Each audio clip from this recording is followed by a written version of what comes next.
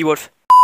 Bonjour à toutes et à tous et bienvenue dans ce troisième épisode de Remember qui va parler de... Bah, t'as vu le titre de la vidéo en fait, donc tu sais très bien de quoi on va parler, quoi.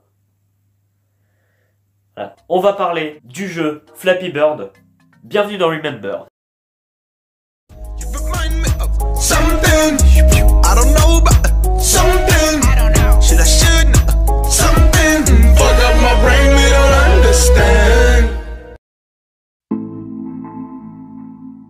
Dans une ville avec des tuyaux, oh oui c'est Flappy Bird.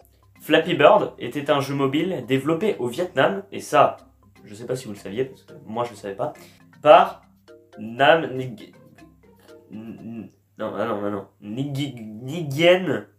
Adong. Bref, un Vietnamien indépendant qui a développé Flappy Bird. Le jeu est sorti sur Apple et Android en 2013, et en fait, il se déroulait, je sais même pas trop où d'ailleurs. C'est une espèce de ville, où on va dire un parc, tu vois, un parc où il fait beau, il y a du soleil, de l'herbe, des tuyaux, oui. On incarnait un oiseau ayant étrangement la forme d'un abricot, et on devait tapoter sur l'écran afin de le faire voler et qu'il passe entre les tuyaux. Et à chaque fois qu'on passait entre les tuyaux, on marquait un point. C'est ce qui rendait le jeu très addictif en fait. C'est un peu comme Subway Surfer, tu fais une partie, et en fait tu vas en refaire jusqu'à battre ton meilleur record. Et c'est comme ça que le jeu, tu t'y joues trop en fait. Et quand tu regardes après sur ton téléphone dépenses de la batterie et que tu vois 66% dépensés sur Flappy Bird, ouais, et Flappy Bird, malgré sa simplicité intrigante, va générer plus de 50 millions de téléchargements et sera supprimé le 9 février 2014. Et ça, on le verra juste après. Je vais donc laisser Donatien, l'historien contemporain, vous conter les problèmes que Flappy Bird a rencontrés durant son parcours. Bonjour à tous, je suis Donatien, l'historien contemporain.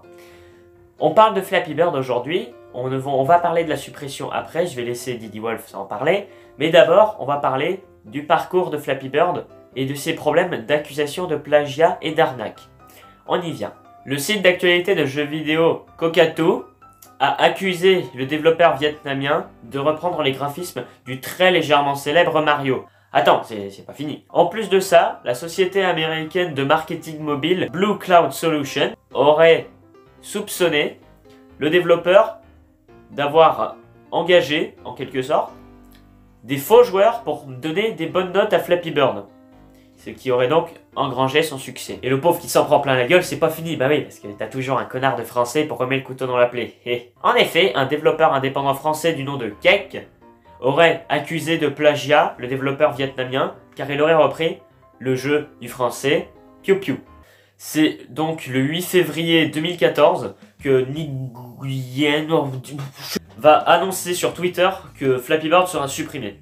Il explique également qu'il ne fait pas ça pour éviter les problèmes judiciaires, mais parce que en fait Flappy Bird, ça prenait trop de place dans sa vie et en gros il en avait un peu marre de sa notoriété. La suppression de Flappy Bird entraînait beaucoup de choses derrière et c'est là que tu te rendais compte que les fans, ils étaient bien mobilisés mine de rien.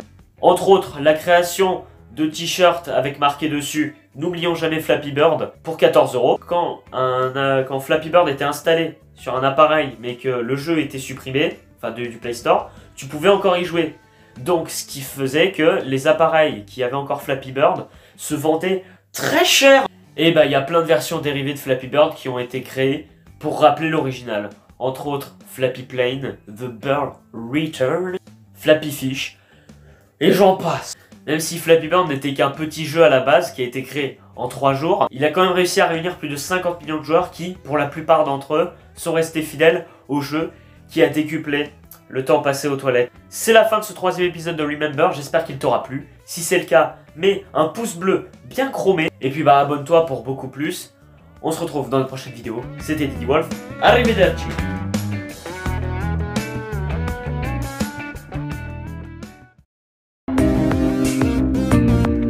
Didi Wolf.